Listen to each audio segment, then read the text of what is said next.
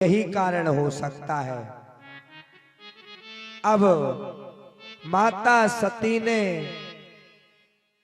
अपने प्राणनाथ पति परमेश्वर देवादिदेव महादेव से बड़ा आग्रह अनुनय विनय किया। बोले महाराज, बोले मेरे पिताजी के यहाँ इतना बड़ा यज्ञ हो रहा है और उस यज्ञ में हम ना जाए, बोले ऐसा हो सकता है?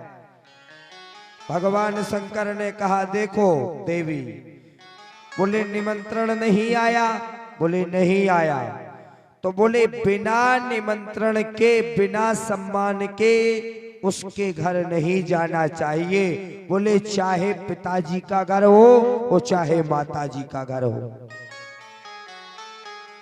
बोले मैं तुम्हें कदापि आज्ञा नहीं देता, परंतु जिसके मायके में इतना विशाल भव्य यज्ञ हो रहा हो और वो रुक जाए, ऐसा हो सकता है?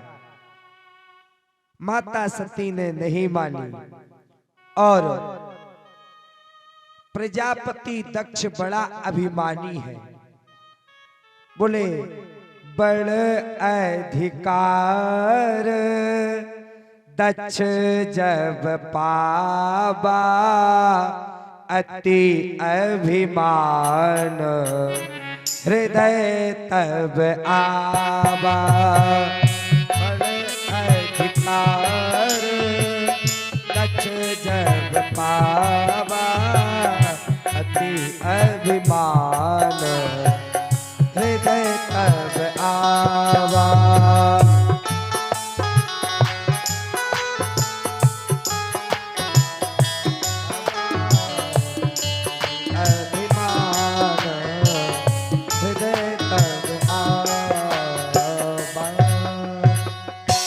बल अधिकार दक्ष जब पावा और अति अभिमान हृदय तब आवा। प्रजापति दक्ष के लिए अभिमान था कि ये मरकट शमशानवासी, ये भूतों प्रेतों के संग रहने वाला मेरा क्या बिगाड़ पाएगा। माता सती ने भगवान शंकर की एक नहीं मानी और माता सती चलने लगी अपने मायके की ओर। अब भगवान शंकर ने विचार किया, बोले माता अकेली जा रही है। नंदी भृंगी आदि गणों से कह दिया, बोले तुम भी साथ में जाओ। वहां पर माता सती के साथ चलने लगे और चलते चलते पिताजी के भवन में माता सती पहुंची और पहुंचते ही प्रजापति दक्ष यज्ञ कर रहा था। उसने अपनी पुत्री की ओर एक बार भी नहीं देखा और जब माता ने और बहनों ने अपनी पुत्री और अपनी बहन सती को देखा तो बड़ा हृदय में आनंद आ गया, आत्मा गदगद हो गई और कहने लगी। माता से सती मिली और हृदय से लगा लिया और सभी ने कुशल मंगल पूछा। इतने में टेढ़ी नजर से प्रजापति दक्ष देख रहा था। अब क्या था कि उसने, माता सती ने देखा कि हमारे पति परमेश्वर यहाँ नहीं है और उस यज्ञ में ना स्थान है। बोले क्या करें? जब देखा तो प्रजापति दक्ष भरी सभा में माता सती के सामने और भगवान शंकर का विरोध करने लगा, गालियां देने लगा। बोले वो शमशानवासी मरकट, बोले वो क्या जाने कि क्या होता है। बोले वो तो भस्मी को रमाने वाला और मूर्ख है, बोले वो क्या जाने। अब जब भगवान शंकर का अनादर किया, अपमान किया, तो माता सती पर सहन नहीं होगा और माता सती ने कहा, बोले तुझे अपने पद पर इतना अहंकार है तो तू पद से च्युत हो जाएगा। मेरा श्राप है। बोले मैं साक्षात भवानी का रूप हूँ और अपने प्राण रंध्रों को रोक करके माता सती ने उस कुंड में अपने प्राण त्याग दिए। और जब प्राण त्यागे तो देवताओं में और रुद्रगणों में बड़ा भयंकर युद्ध छिड़ गया और युद्ध में रुद्रगण पराजित हो गए। और नंदी ने जाकर के भगवान शंकर को समाचार सुनाया। बोले समाचार तब शंकर पाए, समाचार तब शंकर पाए, वीरभद्र करी कोप पठा।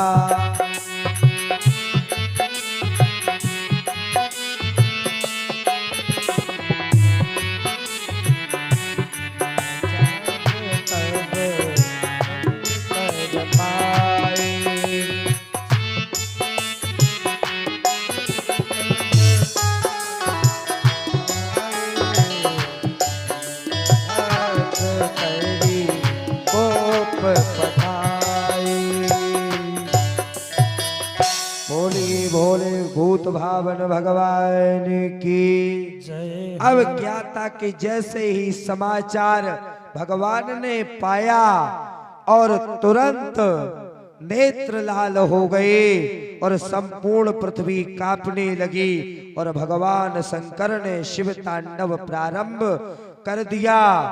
ज्वालामुखी फटने लगे, समुद्र में ज्वार भाटा आ गया और आकाश से तारागण गिरने लगे, पृथ्वी कंपायमान होने लगी और रुद्रगण कांपने लगे। भूत प्रेत पिशाचनी डाकनी सभी क्रोधमयी मूर्ति में आ गए और सबके देखते देखते भगवान शंकर ने अपनी जटा से पृथ्वी पर दे पटका। तुरंत वीरभद्र नाम का गण उत्पन्न हो गया। बोलिए वीरभद्र भगवान की जय हो। अब वीरभद्र के लिए आदेश दे दिया कि जाओ और प्रजापति दक्ष के यज्ञ को विध्वंस कर दो।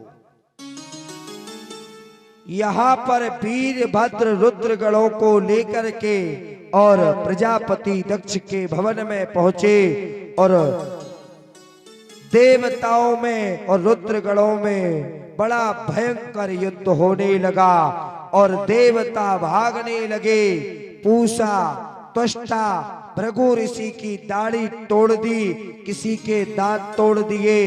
ऐसा करते करते और तलवार लेकर के वीरभद्र ने प्रजापति दक्ष का सिर काट करके उसी कुंड में स्वाहा कर दिया।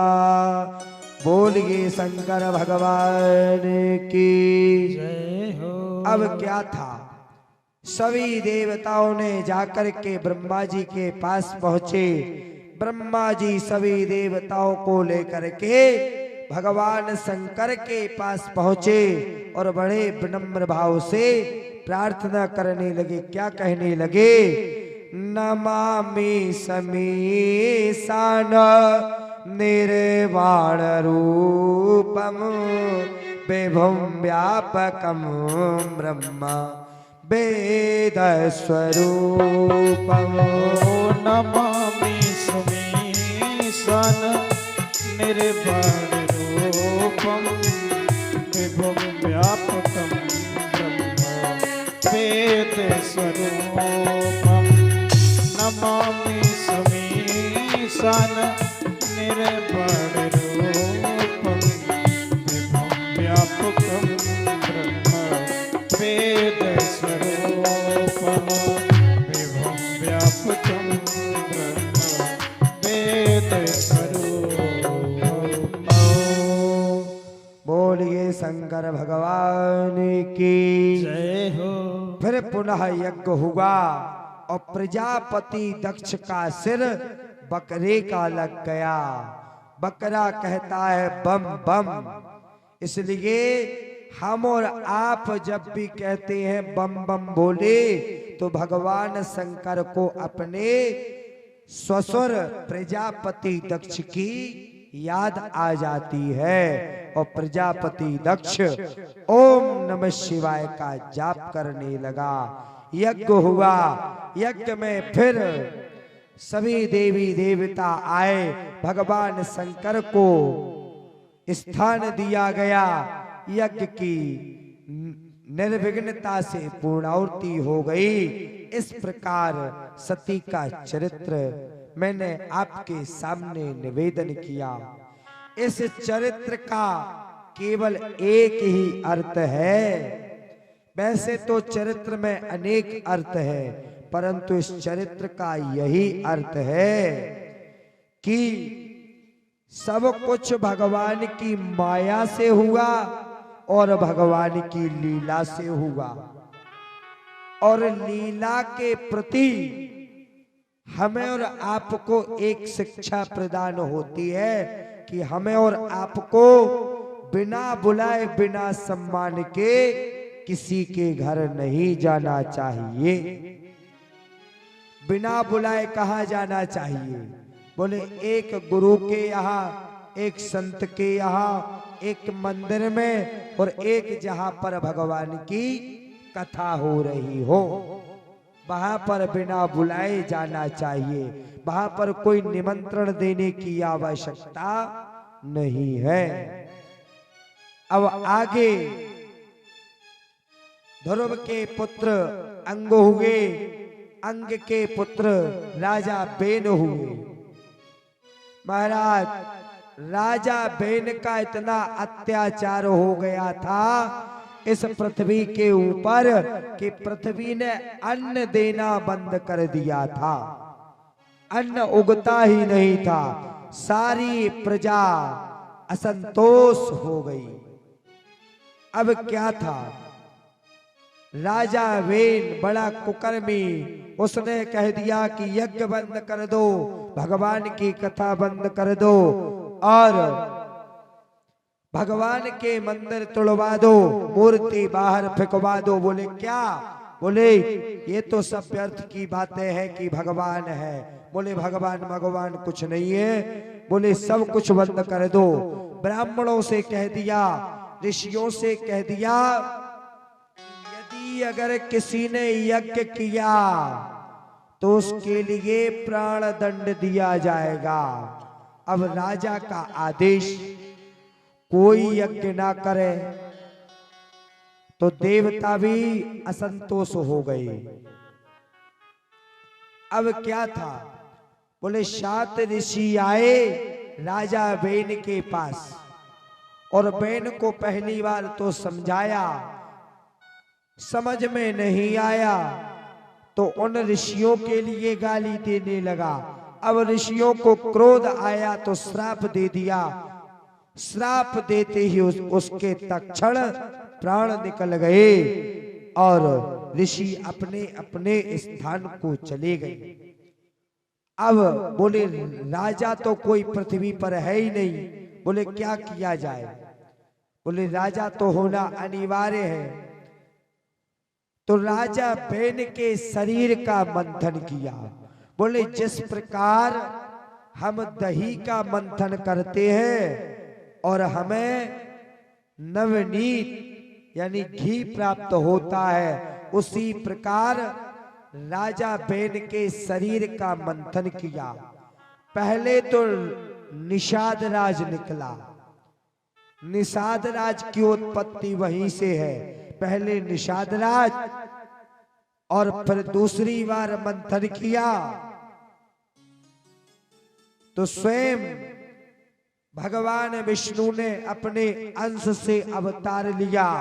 बोले पृथु का, भगवान पृथु का अवतरण हो गया और लक्ष्मी ने अपना अवतार लिया। बोले अर्ची का। बोले पृथु महाराज की जय हो। और भगवान पृथु का राज्य अभिषेक करके ऋषि निकल गए। बोले यही अर्थ है। बोले संतों को गाली नहीं देना चाहिए। बोले चाहे वो राजा हो और चाहे कोई भी हो। बोले यदि अगर संत महात्मा भक्त ब्राह्मण साधु और सज्जन अनाथ को यदि अगर तुमने सताया या भला बुरा कहा और उसने यदि अगर तुम्हें श्राप दे दिया तो आपका समूल विनाश हो जाएगा। बोले कोई नहीं बचेगा। आज ऐसा ही राजा बैन के साथ हुआ और पृथु के राज्य में सारी सृष्टि हरी भरी हो गई और पृथ्वी ने अन्न देना प्रारंभ कर दिया। पृथु के पुत्र प्राचीन बरही हुए और प्राचीन बरही के 10 प्रचेतागण हुए जो भगवान शंकर की आराधना में चले गए। बोलिए भक्तवत्सल भगवान की जय हो। बोलिए सच्चिदानंद भगवान की जय हो।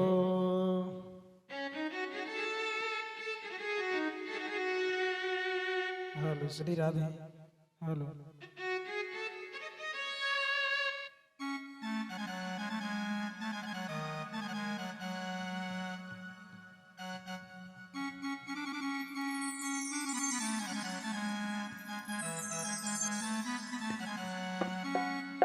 भोले के दरबार की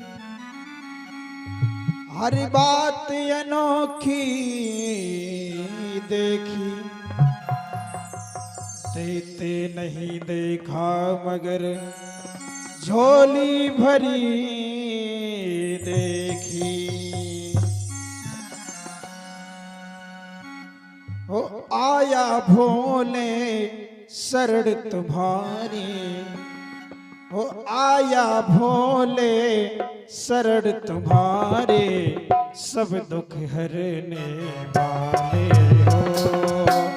आया भोले शरण तुम्हारे, सब दुख हरने वाले हो।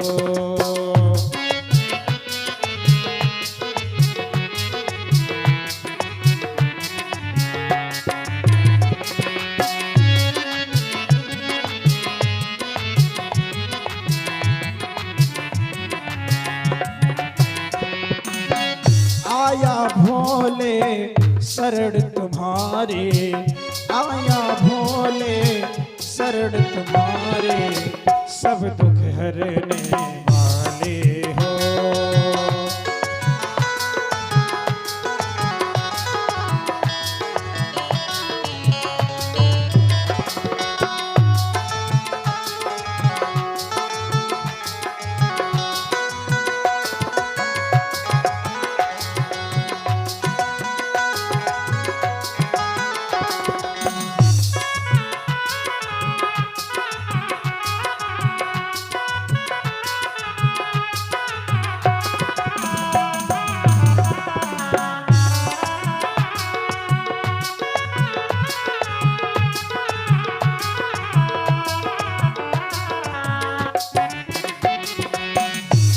और हो कैलाशी का सीके बासी, कैलाशी का सीके बासी, डमरू बजाने वाले हो।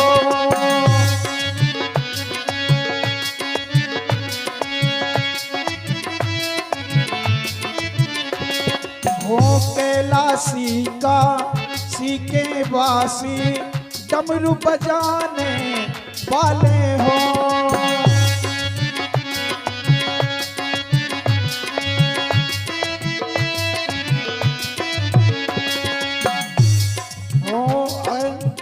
कैलाशी का सीके बासी, डमरू बजाने वाले हो। सर पे तुम्हारे, सर पे तुम्हारे गंगा की धारा, सर पे तुम्हारे गंगा की धारा, चंदा भाले सवाले हो।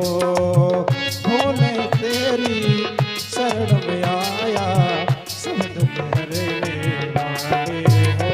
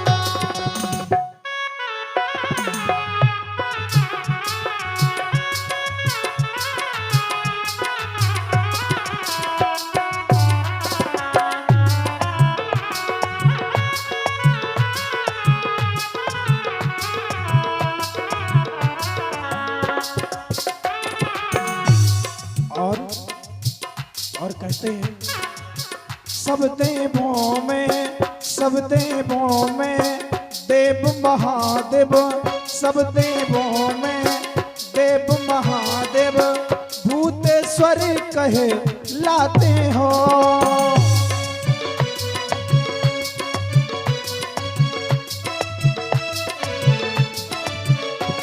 ओ सब देवों में देव महादेव, भूतेश्वर कहे लाते हो।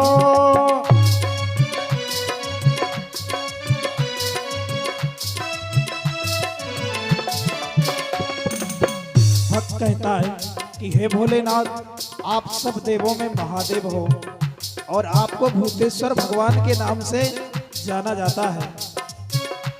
ओ ब्रह्मा विष्णु तुमको ध्यावे जगत पिता कहे लाते हो, जगत पिता कहे लाते हो।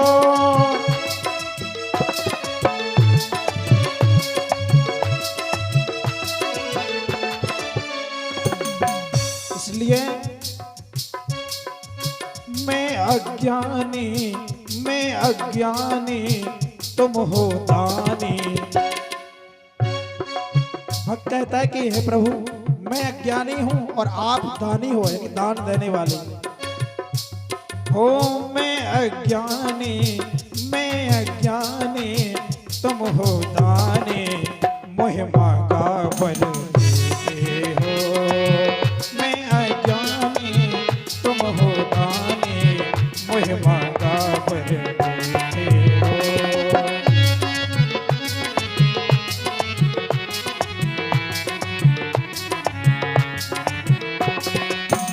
आया भोले शरण तुम्हारी, आया भोले शरण तुम्हारी, सबके दुख तुम करते हो। आया भोले शरण तुम्हारी, सब दुख हरने वाले हो।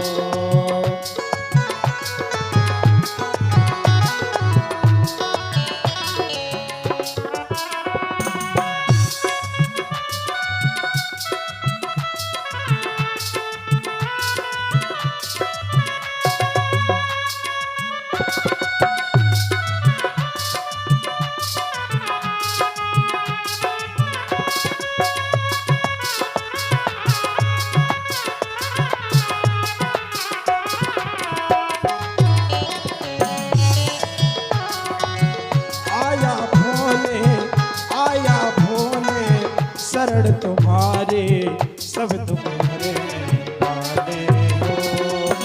आया भोले शरण तुम्हारे, आया भोले शरण तुम्हारे, सब दुख हरने वाले हो। सब दुख हरने वाले हो, सब दुख हरने वाले हो, सब दुख हरने वाले। बोलिए भक्त वत्सल भगवान की जय हो, राधा रानी सरकार की जय हो।